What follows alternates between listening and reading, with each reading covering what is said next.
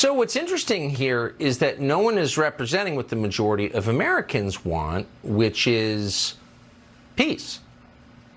The majority of Americans do not want to be in a hot war with Russia, not because they're pro-Putin. They don't like Putin, because they don't think a war like that would benefit the United States.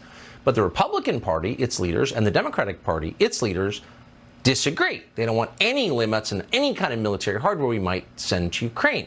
And they don't care about the consequences of that decision. What's interesting is there's been almost no debate on this publicly at all.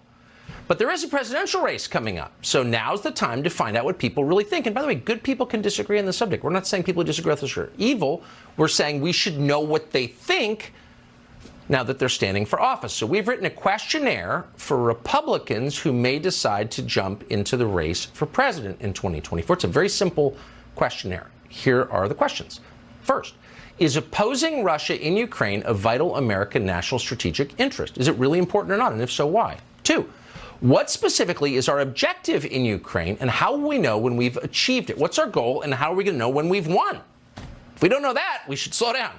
3, what is the limit of funding and material, military equipment, you would be willing to send to the government of Ukraine?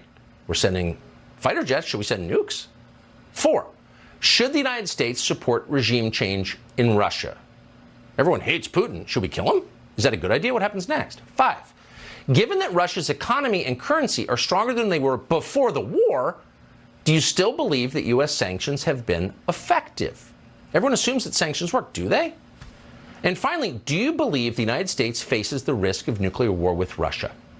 Really simple. What are the stakes here? So we sent these questions to people who have announced or seem like they might announce. Donald Trump, Nikki Haley, Vivek Ramaswamy, Ron DeSantis, Mike Pompeo, Mike Pence, Tim Scott, Glenn Youngkin, Chris Sununu, Kristi Noem, Greg Abbott, Chris Christie, Asa Hutchinson, and John Bolton. We sent these questions with respect. We sincerely want to know. We sincerely believe the public has a right to know their position on the biggest issue in the world right now, which is, will there be a third world war? And we said, we'll give you till Monday to reply. That seemed fair. And at that point, we'll let you know what they say.